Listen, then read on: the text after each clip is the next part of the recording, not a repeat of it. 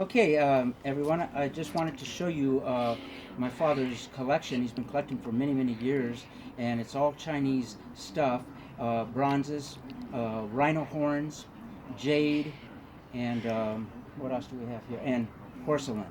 Porcelain mostly from the Shang Dynasty. My name is Richard Severson, and this is called the Severson's Collection. Okay, so what I want to show you is what I'm holding here.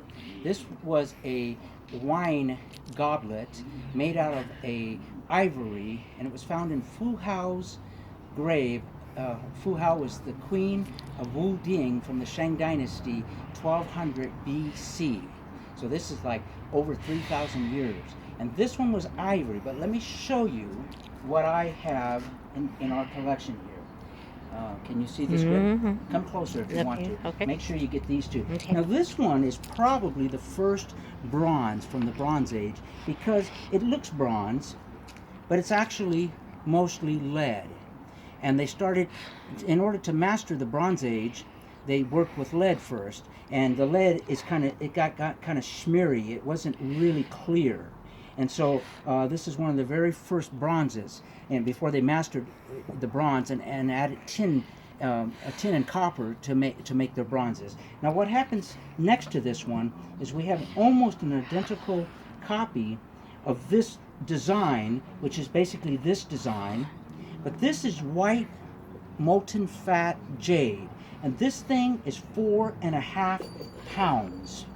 This is really heavy, and it has all the same motifs of the Shang Dynasty. Can you get a closer, come up real close and get this picture, okay, just until you get it.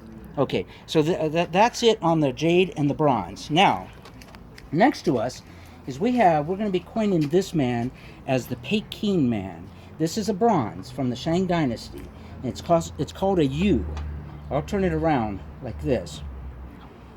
And this is a very beautiful design. It has a high, medium, and low design on this one. And this is the typical Shang Dynasty monster mask with the eyes. And then we have the bird feet. Now notice this bird feet here. I'm going to show you a bronze later with the 3 or 4 bird feet. Now this is a bird feet in the back, but in the front, they're like elephant feet.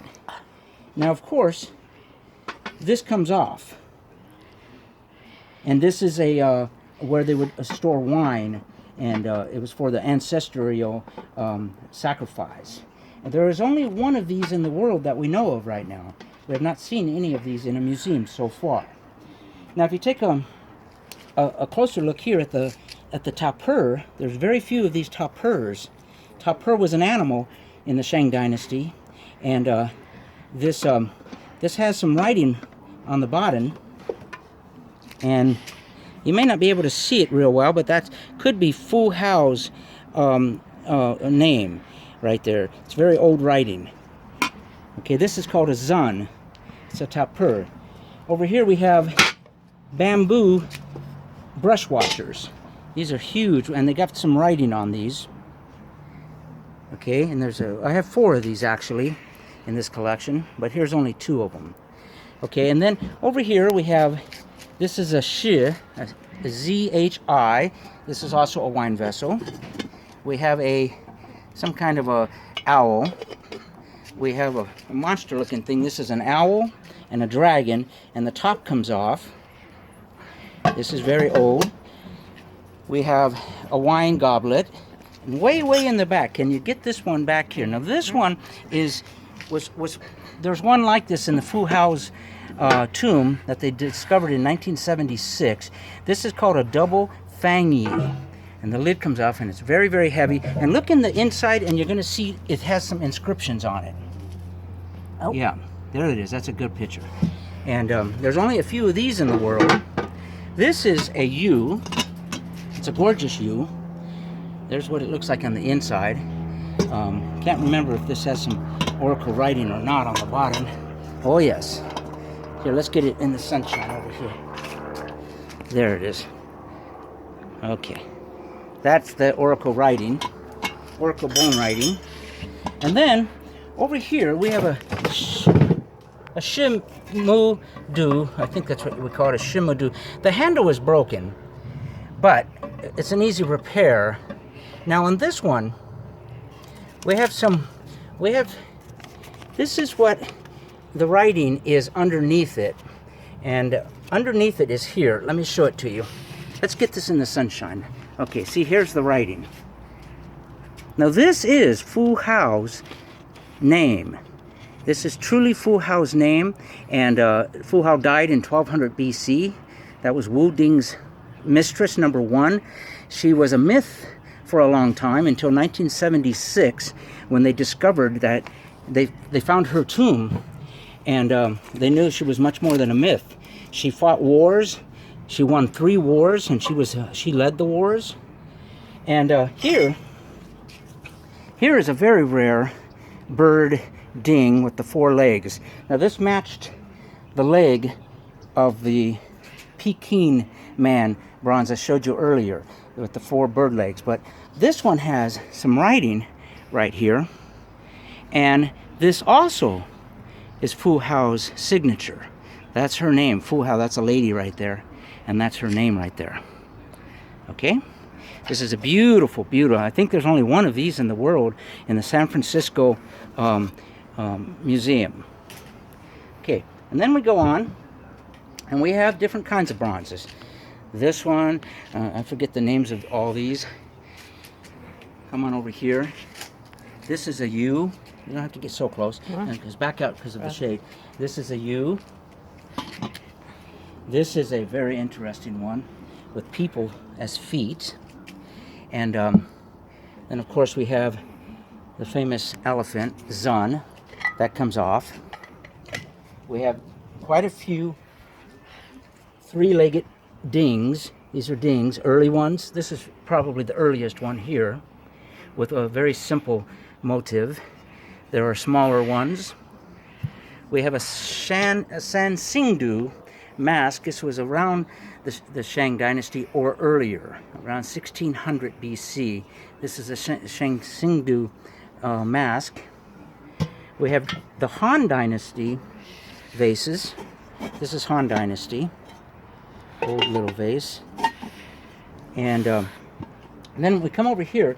Now this was, they always talk about the 7 warring states, but this was actually the 8th warring state, and I think it's called Shanxi. It was close to Beijing, and this is a magnificent bronze. You can see the feet on it. We'll turn it around, and it's inscribed with silver inlays. That's all one piece. This is from 500 BC. From I might be pronouncing it right. The Shang Dynasty. This is a Tang Dynasty head. It's made out of limestone. Over here is a Han Dynasty jade. This is a very old Warren State jades. Warren State. This is Tang Dynasty. Not this one, but these two, and this little guy here. This is Tang Dynasty. These are bones, just bone carvings. This is a Han Dynasty or earlier mystical beast. This is a Shang Xingdu, the same as the mask that I showed you earlier, and we'll show you the back of this one. It's rotten. It's rotten. It's so old, and it has the old, it's probably older than oracle bone writing, the old writing. This is a very old piece of jade. And then we have a huge piece of jade over here with the lid that comes off. And we have something from either the Warring States. This is a hairpiece, silver hairpiece with jade. But this is an old, some kind of a wine goblet. We have 3 very interesting jade bracelets. We have a very skinny one, and this would have been hard to make because the lines twist all the way around and then twist the other way on the opposite side. It's white.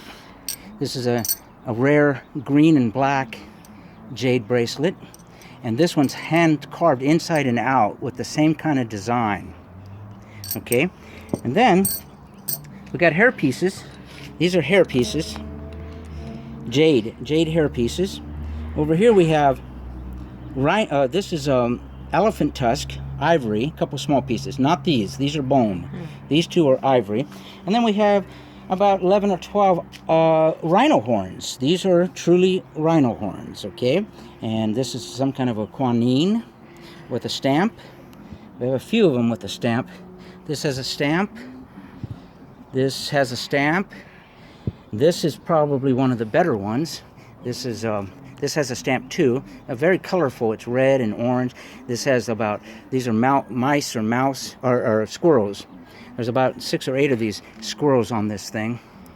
If I can find them, there's one there. There's one here. And this is the inside of it. That's a pretty large piece. But this is the largest of them all, of the rhino horns. I'll pick it up. It weighs 7.5 pounds. And you can see the curvature. If you turn it this way, you're going to really see the curvature. This is 7 and 15.5 inches tall, 4 to 5 inches fat. That is a large rhino horn. This is a rhino horn carving with elephant feet. We have different ones, temple ones, Buddhist ones, different kinds. We have a coffee pot rhino horn. These are just made by sides. This is not solid. Okay, and then we move on. This is Closian from the, it has a stamp here. Let's see if we can get it. This is Kangxi. It's a Kangxi stamp from the Ming Dynasty. Okay, and we have all kinds of porcelain. Now these porcelain, these white ones, might be dingware, and they came like this. Rusted porcelain. Look at the rust in here. That is terribly rusted for porcelain. And the reason why is because they were in a tomb that must have had steel in the tomb, and the airs, there's no air in the tombs. And over 3,000 years, or 1,000 years on these porcelains, the rust got onto these porcelains. So I cleaned the other ones. Here's a chicken.